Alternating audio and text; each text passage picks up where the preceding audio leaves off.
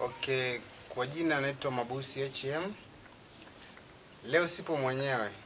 Leo nina mgeni, ni mtaalamu wa mifugo. Atajaribu kushare na sisi mawili matatu juu ya ufugaji wa kuku.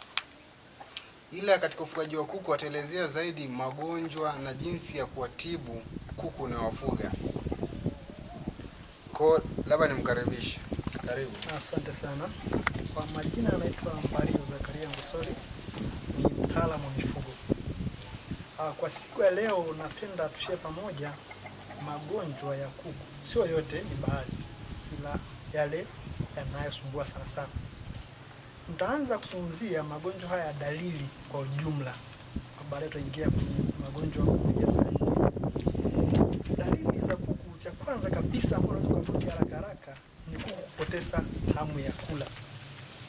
Kingine ni kupungua kwa uzalishaji. Tuseme kwa alikuwa anataka mayai 10, baadaye anapungua. Au tuseme kwamba hawa layers wanataka yai moja kila siku, anaweza akawa na skip siku moja kwa sababu ya matatizo anayopitia. Pia kuna kudumaa kwa vifaranga. Kingine ambacho unaweza kuona haraka ni kukonda, kuku wanakonda. Kingine wanakohoa. Kingine ni kubadilika kwa muharo, kinyesi cha kuku kinakuwa na rangi fulani kutokana na ugonjwa wenyewe jinsi ulivyo. Hiyo ni baadhi ya general dalili za jumla za kuku, magonjwa ya kuku. Basi naomba tuingie kwenye magonjwa moja baada ya nyingine. Tuanze na kideri au tunakiita kwa lugha ya Kinyakyusa Newcastle disease. Newcastle disease ina dalili zifuatazo. Cha kwanza, vifo vya kuku au vya ghafla vinakuwa ni kwa kiasi kikubwa. Ni 90% mpaka 100% ya banda wanakufa endapo ugonjwa utasuga katika banda lako. Kingine ni kuku kupata kizunguzungu, kupinda shingo, na kupoteza fahamu na hatimaye kufa. Kingine, kuku anakuwa anaharisha kinyesi chenye rangi ya kijani kibichi. Hiyo ni baadhi ya dalili ya ugonjwa wa Newcastle disease. Kama tunavyoona ulivyo hapa, kifaranga kimekufa kutokana na ugonjwa wa kideri ambayo unaona kabisa kapinda shingo. Hiyo ni ugonjwa wa Newcastle disease. Lakini pia ugonjwa huu unaweza ukafanya tiba au kinga. Cha kwanza kabisa, elewa ugonjwa wa Newcastle disease ushatokea katika banda lako, haina tiba. Ugonjwa wa kideri hauna tiba, ila kuna vya kufanya. Kinga ya kwanza ni kuwachanja kuku siku ya 7 na siku ya 21, na baadaye kila baada ya miezi 3. Ukishawachanja siku ya 7, siku ya 21, baadaye kila baada ya miezi 3, ile process inakuwa inajirudia. Kingine ni kuhakikisha usafi katika banda lako. Alafu kingine, ukishaona kuna dalili ya ugonjwa katika banda, wale ambao unaona wana dalili watenge na wale wazima. Huu ni ugonjwa wa Newcastle disease au kideri. Tuende kwenye ugonjwa mwingine wa pili ambao tunaita ndui ya kuku au kwa Kiingereza tunakiita fowlpox. Fowlpox ina dalili zifuatazo. Kuku hupata vipele vya mviringo ambavyo huweza kuungana na kusababisha vidonda, hususan kwa sehemu ambazo hazina manyoya. Sehemu hizo kama masikio, upanga pamoja na miguu. Dalili nyingine ni utando mweupe midomoni. Unaona utando fulani kwenye mdomo wa kuku. Kingine ni kuku kufa sana sana kwa vifaranga. Kama unavyoona vipele au vidonda kwenye upanga hapo hivi, ndio dalili yenyewe ulivyo. Lakini pia ugonjwa huu hauna tiba. Ni ugonjwa hauna tiba kama kideri. Lakini unaweza kufanya nini? Kufanya chanjo ya kuku hawa kwa umri wa miezi 2 na kila baada ya miezi 6.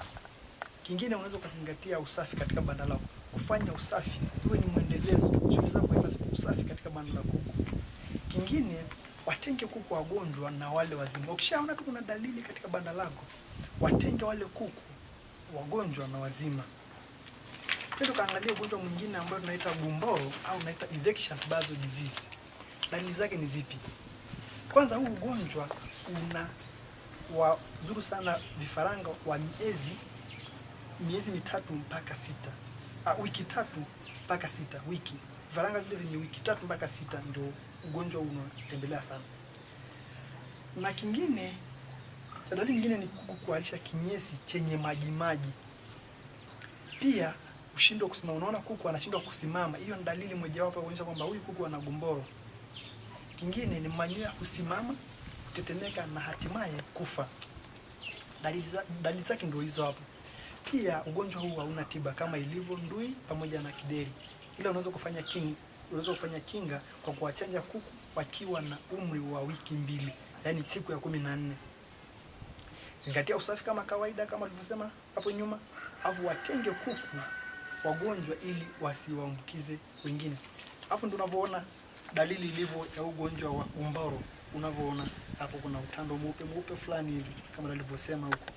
Ugonjwa mwingine ni mafua ya kuku au unaitwa infectious coryza, ambayo dalili mojawapo kubwa ni kuku kutoa machozi. Unaona machozi kwenye macho ya kuku, anakuwa anatoa machozi. Alafu kingine ni kuvimba macho na hatimaye kutoa usaha wenye harufu mbaya. Hiyo ni dalili nyingine. Kupiga chafya na kukohoa, kupumua kwa shida na kutoa sauti ya kukoroma. Kingine ni kushindwa kula. Kuku unampa chakula hali. Kingine ni kudhoofika na hatimaye anaweza kufa. Ugonjwa huu wa mafua ya kuku unatibika kwa kutumia madawa kama Trimazine 30% pamoja na ACB3 30% na madawa mengine.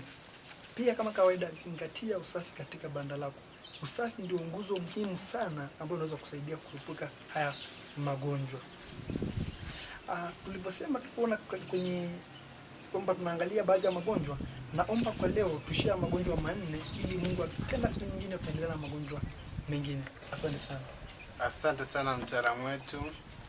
Nadhani mtakuwa mmepata mrejesho juu ya magonjwa, dalili zake na jinsi ya kujikinga.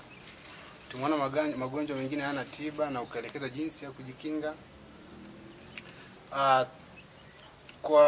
Kwa maelezo zaidi atatupa namba ya simu. Kama unataka ushauri zaidi unaweza kumtafuta. Vile vile usisahau kushare video hii na wengine waweze kufaidika na video hii. Vile vile usisahau kusubscribe katika YouTube @MabusTV na tembelea ukurasa wetu wa Facebook Mabusi HM Agricultural Project. Unaweza kutuma namba ya simu uweze kutafuta baadaye. Asante. Kwa usumbufu wa magonjwa mengine kama coccidiosis na magonjwa mengine fall typhoid, cholera pamoja na mengine, unaweza kunitafuta kwa namba 0758 34 79 19. Mbario. Asanteni.